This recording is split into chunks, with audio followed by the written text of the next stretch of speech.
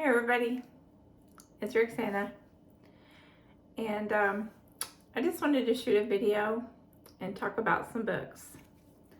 When I went to school, I got a list, and I was really excited because of the list that I got was of some really good herbal books. And for anybody that's around me for any length of time, they know that I'm a bookworm. I love reading books. And here in front of me, I have a great assortment of books. And I'll just kind of put this in front of me right now. I have some books here in front of me. See? Just a few. And if you go into my office, you'll see I have a whole wall. In my living room, I have books. In my bedroom, I have books. Beside my bed, I have books.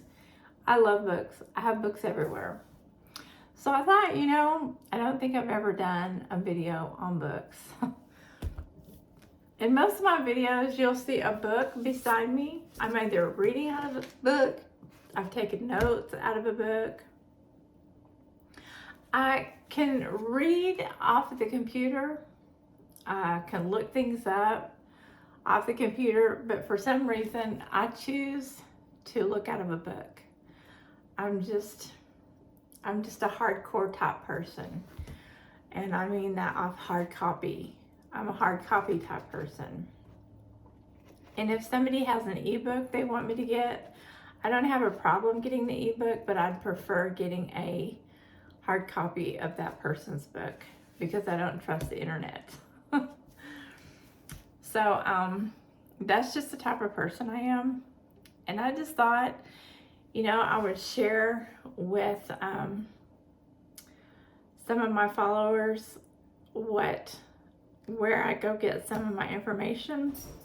I'm a traditional to a point, and to a point I go off because I'm real open-minded as well. So I thought I would just share for a few minutes where I get some of my information, and sometimes I combine my information because I pray, and I really think of my knowledge of where I am today in my herbal knowledge, and I think of what's the profile of if I'm making an herb combination for myself, or using essential oils, and both, or like if I'm making it for a friend and I know their constitution and who and what they are and what they have going on, then I'll go based on that. And so I'm just going to share some of the books, and maybe you have them, maybe you don't. Maybe you could just see, hey, that looks like a good book, and maybe I'll get it. But when I was going to school, I'll just go before I went to school. Before I went to school, and I really haven't used this book in a long time. It's an old book. It's a heavy book. It's a big book. It's about herbs and spices, and that's because some of the kitchen spices like sage and rosemary, I like it because it's really illustrated. You can see the pictures, and it really shows you, like, it talks about, this one right here. Okay, we're going to talk about the onion. It talks about the aluminums, and this is marshmallow. See, we all use marshmallow. So this right here is so bright, it's so colorful. So this is a book that I used before I became an herbalist. See, this is sunflower. It talks about each. It's very illustrated, very, very illustrated. This is a book. I have not opened it and used it. This talks about herbal trees. It's got parsley, oregano, evening, catnip, lemon balm, lavender. This is a book, and I'm just going to tell you right off the bat, it's hard. It's a complete book. more like an encyclopedia, I would say. But it says it's $50. But I got it, and I'm not kidding you, I got it for $14. But it says that it was $50 to start out. But I just got it at some thrift shop. So you can, if you look really good, you can go to secondhand stores, you can go to garage sales, and you can get really big, heavy books like that, and you can get them secondhand, and you can get them, people are trying to get rid of stuff like that because they don't really use the internet. People like that, they just don't. Now that's a book that I've had probably, I don't know when the copyright was on that book, probably in the 70s or 80s. I don't really know. I need to look it up. It has so much good stuff. Let me see. I don't know. It's in the 80s.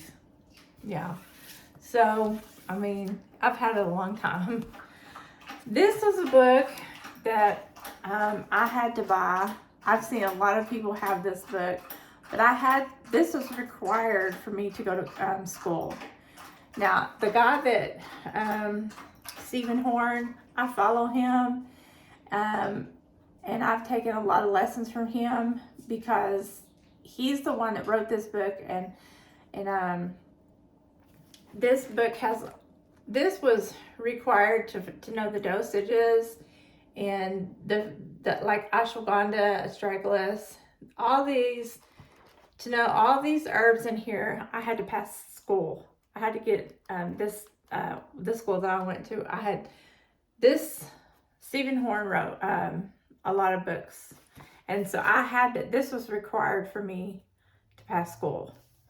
And so, and him and Thomas Easley, both of these guys I had to know in order to get out of school. And that's a good book, and I still use that book to this day. So it's a really good book. And I bought this to help me with my apothecary. I mean, we had to build up an apothecary, and I had some sort of apothecary going before I graduated school. I just had already done tinctures, and I had already done some infused oils. I had already done herbal teas. I had already done all this stuff before I went to school. I just didn't know proper dosaging. I just didn't know all the proper ways to do things. And I didn't know lingo. I didn't know all the laws, rules, regulations, stuff like that. I do now, and I know tons more herbs. But to have an apothecary and really to understand how to do an apothecary and recipes and stuff like that, like understanding inflammation and pain, to understand that it's okay to have some inflammation in your body, and that it is good to have some inflammation, and understand really a lot about inflammation and pain. This is a really good book. I bought it off of Amazon, but this author, it's J.J. Purcell, and the photographs, this is it has 100 medicinal herbs and how to use them. This is really good because it expanded my knowledge in herbs. I think this other book had like 100 or like less than 50. And this just expanded my knowledge. And anytime you're a new herbalist, you want to expand your knowledge in herbs and understand how they work together when you're doing combination herbs. I was just doing single herbs, and I was scared to combine herbs together, and I was not understanding how the combination herbs work. So anyway, I don't want this video to go too long, so I may stop it and start another video if this video, because YouTube don't want me to have too long videos. So I may do part 1 and part 2, okay?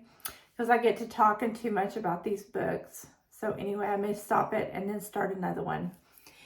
So this is about an herbal apothecary, and that's getting all your stuff together. And this one is about home crafted remedies. And this is how to do your medicine. And this is really like, I really like this book because this is like, well, this is a lot of the same herbal stuff, but this is like how to, this is really good recipes in here. Do it yourself. Herbal medicine, just how to make medicine basically. And it's, I guess, different, like if you have a burn or if you have bug bites or if you have a blister, just real easy to do home care stuff that you would really like. And they have lots of stuff like this. It's not real, I mean, real hard stuff to do. This right here is another book that I had to have, and this was something that he's been around forever and a day, but he has passed away, but he is a great author. And this book was required. It tells you about your while crafting a lot. It tells you about your dosages. It tells you about, I mean, this is a book that is required reading for, and it goes into like your mullein. It's great illustrated. This is another really good book, Practical Herbalism. And this book right here, you had to have it or you wouldn't pass school. This Philip Frenchy is his name. Now, I'm going to just go save these, and I'm going to cut this kind of short. I have a book on dog herbalism. And you'd be surprised about all the herbs that dogs can have. And very few herbs can they not have. And I've used a lot of herbs like echinacea. You can make echinacea tea for your dog. And yeah, your dog can get sick. And you can use just common sense. You can use glycerin. I don't use alcohol on my dog. I use glycerin and I use teas. And your dog can get sick and your dog can get well. I've used oil infused herbal medicine, and my dog does not like oil infused nothing. It kind of makes him sick. So I like glycerin, and I like anything sweet. He likes it and he takes to it really good. Especially like if you're a dog, when you go to travel, anything to calm your dog down if he's very anxious and he has to travel. My dog does not like valerian. He likes anything that's like calms him down, like chamomile. He can take chamomile, but valerian kind of makes him sick. And skullcap is okay. But yeah, always do his tinctures in like a glycerin. And that's sweet, and it's easier for him to take it like on a treat or something like that. Or you can just use a little eyedropper and put it on his tongue, because he'll just lick it and lick it and lick it and lick it. But I tried the oil-based that I bought at a store one time, and he never would go like calm down. So anyway, I'm going to stop this video, and this will end for part 1. And again, this is Rexanna with Garden of Herbs, and we're going to do part 2 in the next video. Okay? Thank you.